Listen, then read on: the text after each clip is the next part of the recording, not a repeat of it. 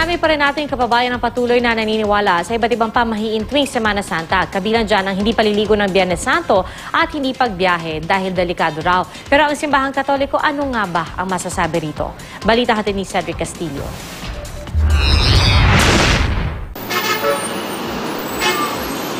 Isang linggo na lang at pansamantala munang mamamaalam ang marami sa atin sa magulo, masikip at tila laging nagmamadaling takbo ng buhay sa Metro Manila. Sa paggunita ng Semana Santa, ilang araw na magsha-shutdown ang buong Kamaynilaan.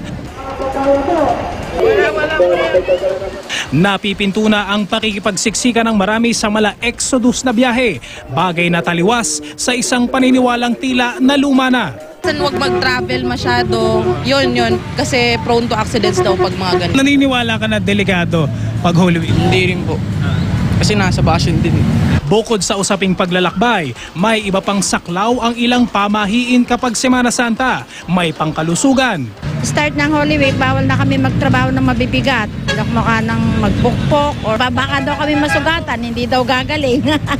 Merong para sa personal hygiene. Bawal daw po maligo Kapag Holy Friday, kailan lang pwede? Saturday. At meron ding para sa laman ng bulsa. Ang asawa raw nitong si Manang, hindi sa ATM, kundi sa isang puno, humuhugot ng pondo bago tumaya. Yung ng puso ng saging, anting-anting ang sugal. Masugal. Pag meron ka, ano mangyayari sa'yo? Naniwala ko kasi asawa ko palagi tumatama ang sugal yan. Ang malupit nito, wala raw kinalaman sa pagluluto ang ginagawa ni Mister sa anyay anting-anting. Baka ganyan siya. Tapos biglang may tumulo galing doon sa ng yung saging. Saan nag-shoot? Sa bunga. Sa bibig. Kasi ginagawa yun, hating gabi pa yun. Ako dumating na alas 12. Hintayin mo sa Holy Week. Hintay na akanganga doon sa ng saging.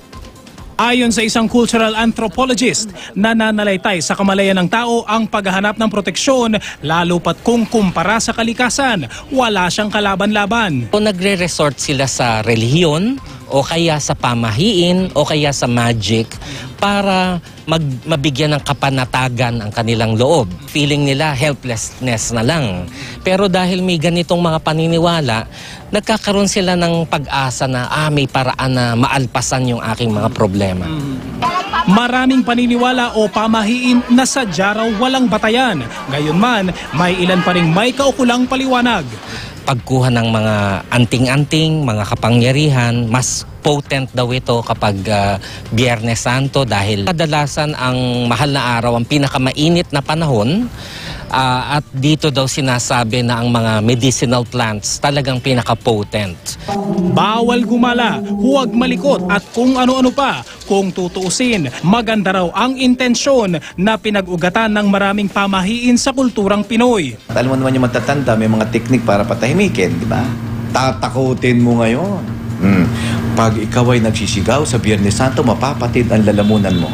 Kasi ito ang mga bagay na makakatulong sa iyo para makapag-reflex.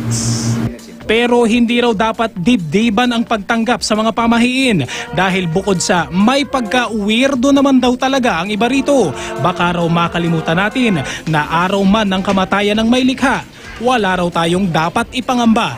Yung sinasabing prone to danger, parang yung Friday the 13th. Mga ganon. Superstition yun.